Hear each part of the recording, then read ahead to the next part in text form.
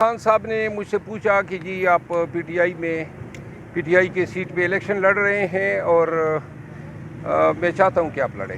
خان صاحب نے آج سب سے زیادہ زور جو ہے افغانوں کے انخلا، زبردستی کے انخلا پہ دیا کہ علیم خان نے ٹی وی چینل صرف اس لیے خریدا ہے کہ جو 200 ارب روپے کی فارسٹ کی، محکمہ انہار کی اور ایل ڈی اے کی جو زمین اس نے ہتھیائی ہوئی ہے، اور جو 200 ارب کا میٹر ایل ڈی اے میں آج پینڈنگ ہے، صرف اس کو بچانے کے لیے چینل خریدا۔ میں آج عمیر نیازی میں اور ایک لاہور سے وکیل صاحب آئے تھے، ہماری ملاقات ہوئی خان صاحب سے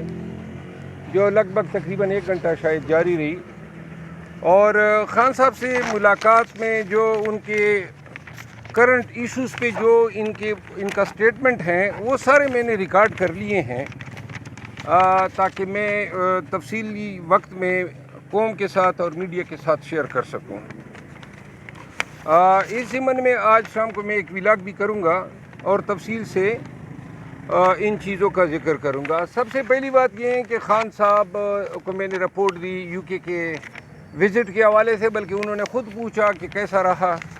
تو یو کی جو کیبنٹ ہے ان کی میں نے تعریف کی، جو کنونشن ہوئے وہ پوری کارروائی خان صاحب کو بیان کی۔ دوسری بات، خان صاحب نے مجھ سے پوچھا کہ جی آپ پی ٹی آئی کے سیٹ پہ الیکشن لڑ رہے ہیں اور میں چاہتا ہوں کہ آپ لڑیں۔ تو خان صاحب کے ان احکامات کی میں تعمیل کروں گا کیونکہ خود ان کی خواہش جو ہے آج ظاہر ہوئی ہے۔ خان صاحب نے آج سب سے زیادہ زور جو ہے افغانوں کے انخلا، زبردستی کے انخلا پہ دیا۔ اس کو انہوں نے پاکستان کی بدقسمتی قرار دیا اور کہا کہ جہاں تک بدامنی اور دہشت گردی کا تعلق تھا تو پی ٹی آئی کے دور میں شاہ محمود قریشی صاحب کئی دفعہ وزٹ کر کے گئے کابل، اور اس دوران جو ہے امن و امان رہا، لیکن 16 ماہ کی پی ڈی ایم کے دور حکومت میں بلاول بھٹو زرداری جو ہیں بقول ان کے کہ ایک دفعہ بھی کابل نہ جا سکے،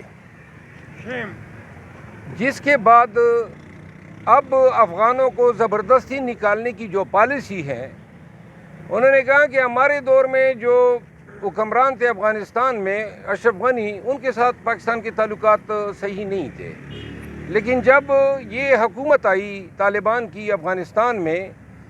تو اس کے بعد ہمیں زیادہ زور یہ دینا چاہیے تاکہ سینٹرل ایشیا کے ٹریڈ تک ہم رسائی حاصل کر سکیں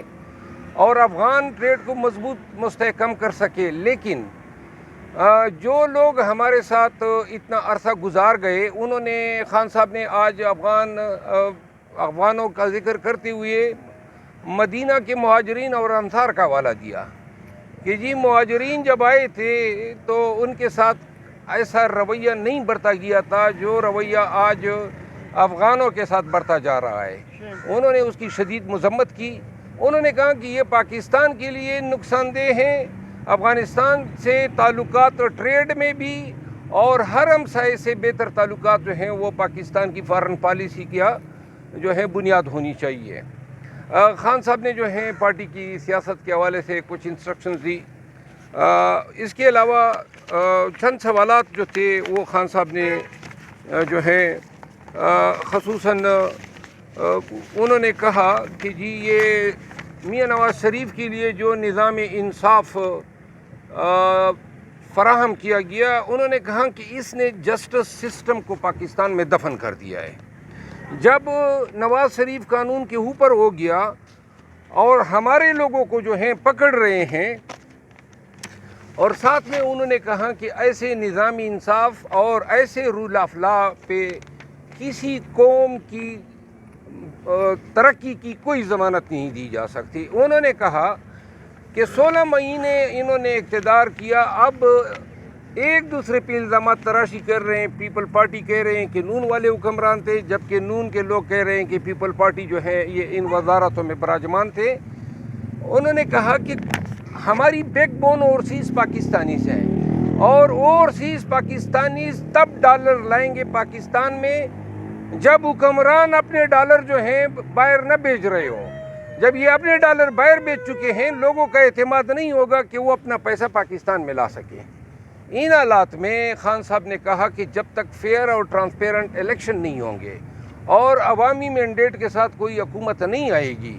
تب تک جو ہے پاکستانیوں کا قوم کا اعتماد جو ہیں پاکستانیوں پہ ڈیولپ ہونا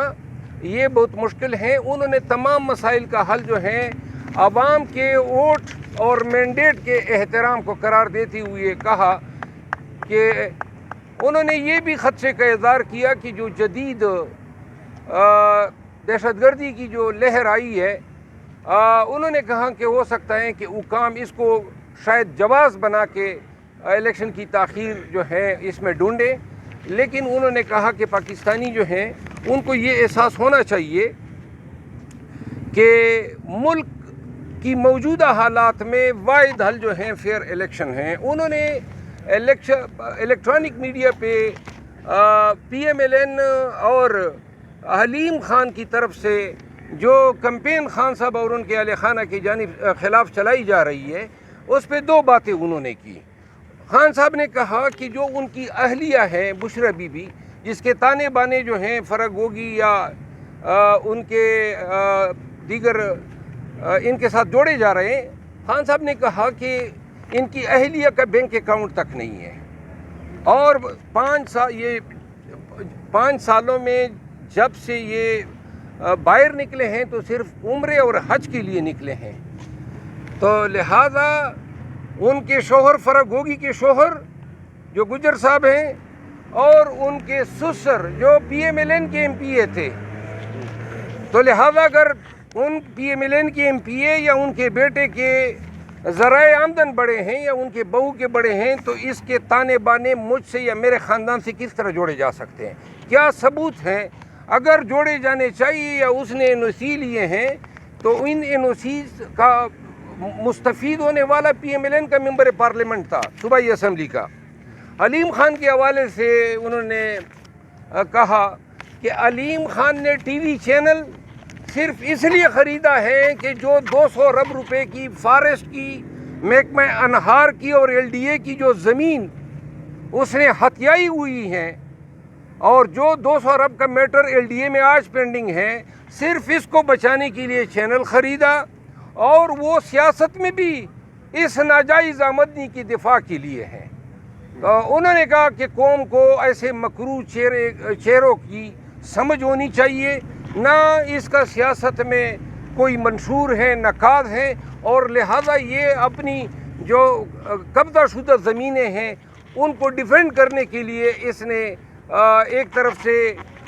میڈیا کی ایک چینل خرید کے سپورٹ لیا ہوا ہے اور دوسری طرف جو ہے وہ سیاست میں موجود ہیں۔ خان صاحب نے کچھ اور باتیں کہی ہیں جن کا میں ذکر ولاگ میں کروں گا، ساتھ میں ڈیزل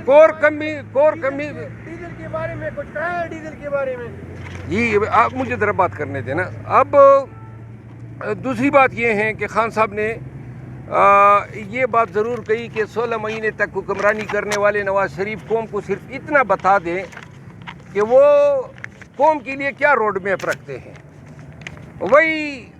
ڈار اسحاق ڈار اور وہی ٹیم جنہوں نے نواز شریف کا ہمیشہ ساتھ دیا، وہ ٹیم ان حالات میں پاکستان کو کس طرح معاشی دلدل سے نکال سکتی ہے؟ کیا کوئی حل وہ قوم کو بتانا پسند کریں گے؟ خان صاحب کو ہم نے آگاہ کیا کہ ایک جلسی کرنے کے بعد نواز شریف باہر نہیں آیا ہے اور نہ اس نے کوئی پبلک میٹنگ کی ہے، تو انہوں نے کہا کہ یہ ضرور سوال ان سے بنتا ہے کہ وہ قوم کو یہ تو بتا دیں کہ آپ کے پاس ان مسائل کا کیا حل ہے۔